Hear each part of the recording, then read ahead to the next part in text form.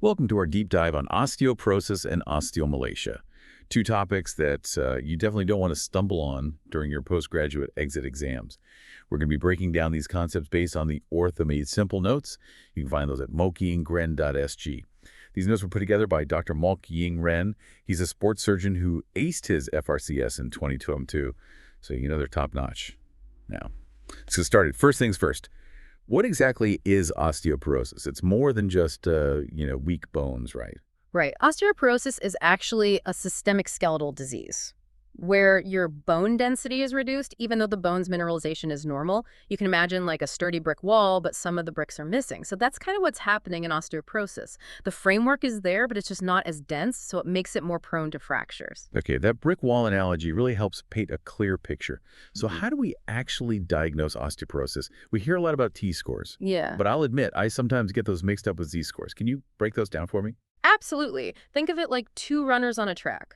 One runner is a young, healthy Olympic athlete representing peak bone density. The other runner is, well, you. The T-score compares your bone density to that Olympian.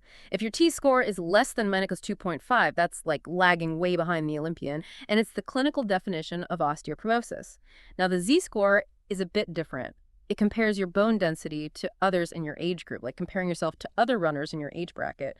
This is helpful because a low Z-score can point to secondary causes of osteoporosis, meaning something else is going on besides just age-related bone loss. Okay, I'm finally getting those scores straight. So T-score is about how you measure up to peak bone density, and Z-score is about seeing if you're keeping pace with your peers. It's fascinating how those scores help us uncover those potential underlying causes. What are some examples of those secondary causes? Great question. It could be anything from certain medications, like long-term steroid use, to hormonal imbalances, or even underlying conditions like celiac disease or rheumatoid arthritis. If we see a low Z-score, it's a clue that we need to dig deeper and investigate those possibilities. So it's like detective work, looking for those hidden culprits behind the bone loss. Now, before we move on to treatment, how do we actually assess a patient's risk of fracture? I know there's this tool called the FRAX score, right? Yes, the FRCS score is a fantastic tool that calculates the 10-year probability of a major osteoporotic fracture. It considers various factors like age, gender, smoking history, alcohol use, and even your femoral neck bone mineral density. This gives us a much clearer picture of the patient's individual risk, helping us make informed decisions about treatment. So it's not just about age, it's about all these different pieces of the puzzle coming together, and you specifically mentioned the femoral neck bone density. Why is that area so important in assessing fracture risk? Well, you have to remember Ward's triangle. That region in the proximal femur where different trabecular groups converge.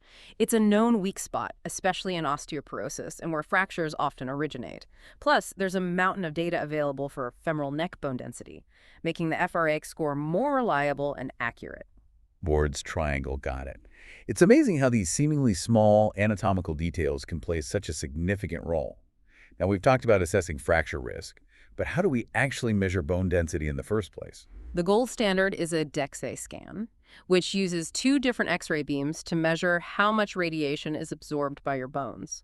The denser the bone, the more radiation it absorbs. It's a pretty straightforward way to get a precise measurement of bone mineral density. So it's like shining a light through the bone and seeing how much gets through. That makes sense. But are there situations where a DEXA scan might give us a false reading? There are a few things that can throw off the results. For example, if someone's had spinal surgery like a laminectomy or has lytic lesions in their spine, those areas might appear less dense on the scan, giving a falsely low T-score. It's crucial to look at the actual images and not just rely on the numbers. That's a good point. We need the full picture, not just a snapshot. Yeah. What about other types of scans? Can we sometimes pick up signs of osteoporosis incidentally? Say on a CT scan that was ordered for a different reason? We can. We call this opportunistic screening. For instance, if someone's getting an abdominal CT, we can look at the attenuation values in the vertebrae. If the bones are less dense, they absorb less radiation, resulting in lower Hounsfield units. So even if we weren't specifically looking for osteoporosis, it might just jump out at us. That's pretty cool. It's like getting bonus information. Speaking of bonus information, are there any other tools besides DXA scans and the FRAX score that we use to assess bone health? Definitely. There's the SING index, which focuses on the trabecular bone structure in the proximal femur. It grades the visibility of different trabecular groups, giving us insight into the bone's strength and fracture risk.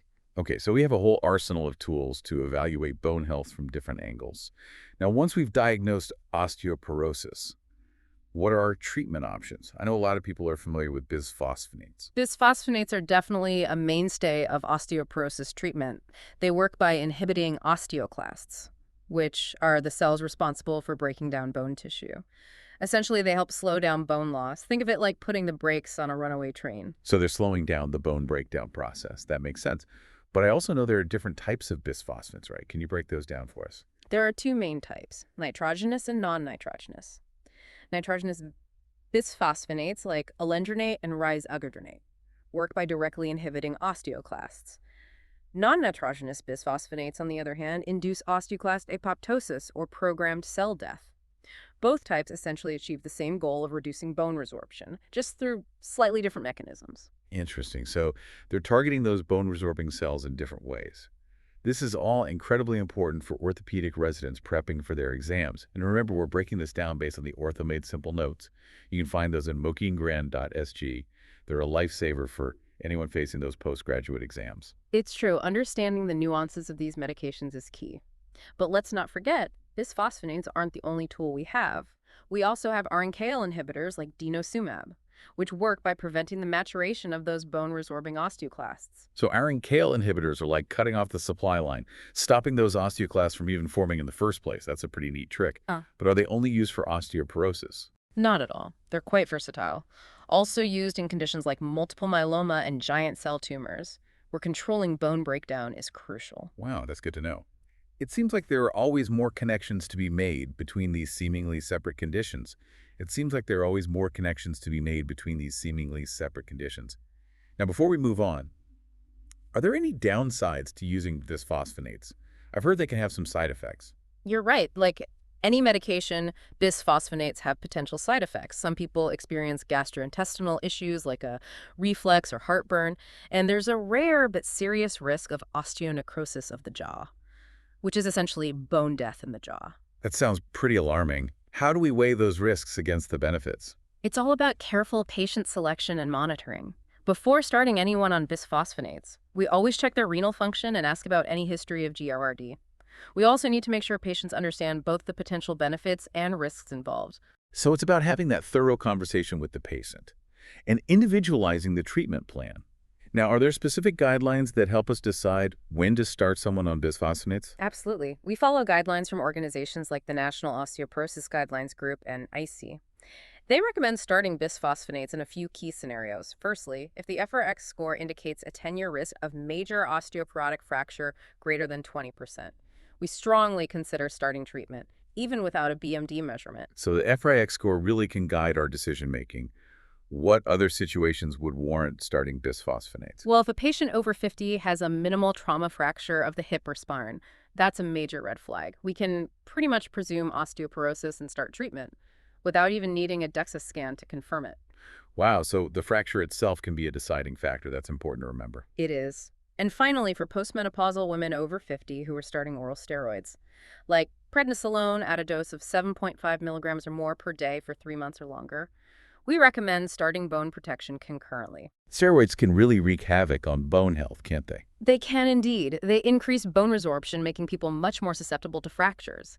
That's why we need to be proactive with bone protection in these cases. Okay, so we have clear guidelines to help us navigate those treatment decisions. Yeah. But what about the duration of treatment? Do people take bisphosphonates forever? That's a great question, and one that's still being debated in the medical community. The ideal duration of treatment and the possibility of drug holidays are complex topics. NICE and the National Osteoporosis Guidelines Group recommend considering a temporary treatment pause of 18 to 36 months after 5 years of oral bisphosphonates. So a break after a prolonged period of treatment to see how things go. Interesting. But speaking of breaks, I think it's time for us to take one ourselves. We've covered a lot of ground on osteoporosis, from diagnosis to treatment, but there's still more to explore. Remember, we're working from the Ortho Made Simple notes you can find at mokyingren.sg. They're a goldmine of information, especially for those gearing up for their postgraduate exams. Absolutely. Dr. Makeris has done a brilliant job condensing these complex topics into clear, concise notes that are easy to digest and recall, which is exactly what you need when facing those daunting exams. Couldn't agree more. So grab a coffee, Stretch your legs, and we'll be back shortly to dive into osteomalacia and wrap up this deep dive into bone health.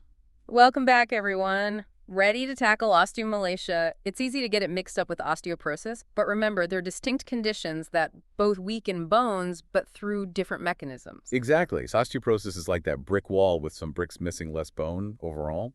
Osteomalacia, on the other hand, is like having all the bricks, but they're made of soft clay instead of sturdy material. The bone matrix forms normally, but it doesn't mineralize properly, leaving the bone soft and weak. That's a great way to visualize it. So in osteoporosis, it's a quantity problem, and in osteomalacia, it's a quality problem. What causes this defective mineralization in osteomalacia? The most common culprit is vitamin D deficiency. Vitamin D is crucial for calcium and phosphate absorption, which are essential for hardening that bone matrix. When you're deficient in vitamin D, your body can't properly use those minerals, leading to soft, weak bones. So it all comes back to vitamin D. Are there other causes besides vitamin D deficiency? There are a few. Certain medical conditions like renal failure can impair vitamin D metabolism. Then there's rickets, which is basically osteomalacia in children, often caused by severe vitamin D deficiency during childhood. So rickets and osteomalacia are the same underlying issue, just at different stages of life.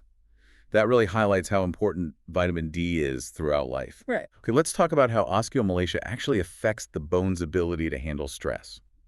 I know we can visualize this with a stress strain curve, but could you explain that in a way that's easy to grasp? Imagine bending a dry twig. It snaps easily, right? That's because it's stiff and brittle. Now imagine bending a green twig. It's more flexible and bends quite a bit before it breaks. In osteomalacia, the bones are more like that green twig, less stiff and more prone to bending under stress. So it's more flexible and also more prone to deformities and fractures. That makes sense. Now, how do we actually diagnose osteomalacia? What are the telltale signs on an X-ray? There are a few classic features. You might see bowing deformities, particularly in the legs due to the softening of the bones. Think of those classic bow legs. Another hallmark sign is looser zones, also known as milkman lines. These appear as translucent bands running perpendicular to the bone's surface, indicating areas of stress or incomplete fractures. So those milkman lines are like cracks in the weakened bone, showing us where it's struggling to cope with the stress. It's important to distinguish those from the atypical femoral fractures we talked about earlier, right? They could look similar on an X-ray. Absolutely. While both can appear as lines on X-rays, their locations and underlying causes are distinct. Atypical femoral fractures, or AFFs, are usually linked to long-term bisphosphonate use and occur in specific areas of the femur. Milkman lines, on the other hand, are a hallmark of osteomalacia, often found in the pelvis ribs or the medial cortex of the proximal femur, unlike AFFs. Location and clinical context are key, just like with so many things in medicine. So to sum up, when we're dealing with bone health, we need to be thinking about both osteoporosis, the quantity problem, and osteomalacia, the quality problem. We have tools like DEXA scans, FRAX scores, and X-rays to help us diagnose and manage these conditions. And remember, for osteomalacia, addressing that underlying vitamin D deficiency is crucial. Couldn't agree more. And don't forget the power of those lifestyle modifications. Getting enough calcium and vitamin D, engaging in weight-bearing exercise, and avoiding smoking and excessive alcohol, these are all essential for building and maintaining strong bones, whether you have osteoporosis or osteomalacia. It's a reminder that we're not just treating a condition, we're caring for a whole person. And for those of you prepping for your postgraduate exams, remember that we've been working from the excellent Ortho Made Simple notes found at mokyingren.sg. They're a fantastic resource for getting a solid grasp on these topics. Absolutely. Dr. Moch has a knack for distilling complex information into bite-sized pieces that are easy to digest and recall. Exactly. Before we wrap up this deep dive, I want to leave you with a thought to ponder. We know that life expectancy is increasing, leading to an aging population. What does this mean for the future of osteoporosis and osteomalacia management? How can we ensure optimal bone health for people as they age? That's a crucial question. It's about finding innovative solutions, refining our treatment strategies, and promoting healthy aging to ensure people can enjoy a good quality of life even as their bones inevitably age along with them. It's a challenge, but also an exciting opportunity to push the boundaries of orthopedic care. And with dedicated residents like yourselves entering the field, I'm confident that the future of bone health is in good hands. So keep learning, keep questioning, and keep striving for excellence. Until next time, keep diving deep.